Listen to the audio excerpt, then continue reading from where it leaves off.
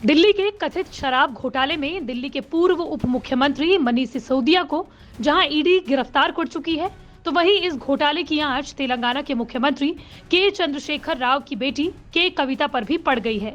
प्रवर्तन निदेशालय ने कविता को 9 मार्च को पूछताछ के लिए बुलाया था, लेकिन अब वो 11 मार्च को पेश होंगी।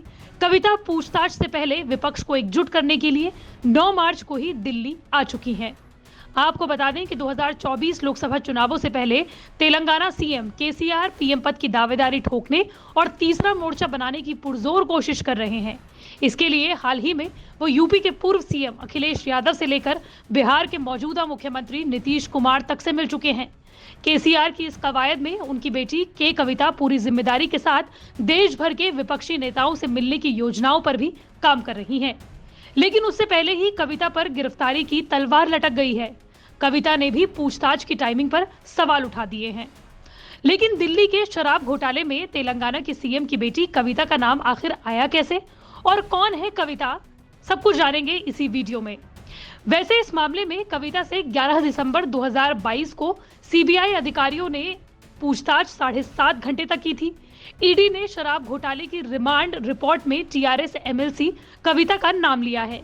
इस घोटाले के आरोप में गिरफ्तार अमित अरोड़ा के बयान के आधार पर कविता का नाम सामने आया है। दरअसल दिल्ली के डिप्टी सीएम रहे मनीष सिसोदिया के कथित सहयोगी और गुरुग्राम के बिजनेसमैन अमित अरोड़ा की रिमांड कॉपी में कहा गया है कि अरोड़ा ने पिछले 1 साल में टीआरएस और अब बीआरएस एमएलसी कविता समेत कई लोगों से संपर्क किया था। अमित ने के कविता, मनीष सिसोदिया, कैलाश गहलोत जैसे राजनेताओं से फोन पर बात की थी। प्रवर्तन निदेशालय का कहना है कि कविता ने एक और बिजनेसमैन अरुण रामचंद्रन पिल्लई के जरिए आम आदमी पार्टी के नेताओं को 100 करोड़ रुपए का भुगतान किया था और इससे कविता की कंपनी इंडो स्पिरिट्स को दिल्ली के शराब कारोबार में एंट्री मिली थी। लेकिन कविता कल्वकुंतला है कौन? चंद्रशेखर राव की बेटी के कविता ने अलग तेलंगाना राज्य के लिए अपने पिता के आंदोलन में शामिल होकर अपने राजनीतिक जीवन की शुरुआत की थी। 2014 में आंध्र प्रदेश से अलग होकर तेलंगाना राज्य बना। इसके अलावा कविता ने अगस्त 2006 में एक एनजीओ तेलंगाना जागृति शुरू किया था। इस संगठन को तेलंगाना के युवाओं और महिलाओं को संगठित करने का श्रेय दिया जाता है। यहाँ तक कि कहा जाता है कि कविता जब भी आंदोलन करती हैं, उसमेम महिलाओं की संख्या ही ज्यादा होती है। 2014 में तेलंगाना बनने के बाद कविता ने निजामाबाद लोकसभा क्षेत्र से आम चुनाव लड़ा और 1,68,000 वोटों से जीत हासिल की। वो तेलंगाना की पहली महिला सांसद भी बनी। हालांकि 2019 के लोकसभा चुनावों में वो हल्दी पैदा करने वाले किसानों की नाराजगी भांप नहीं पाई और करारी हार का सामना करना पड़ा। इसके बाद वो राजनीति से लगभग गायब हो गई। हालांकि 2020 के एमएलसी चुनाव जीतकर वो विधान परिषद पहुंची।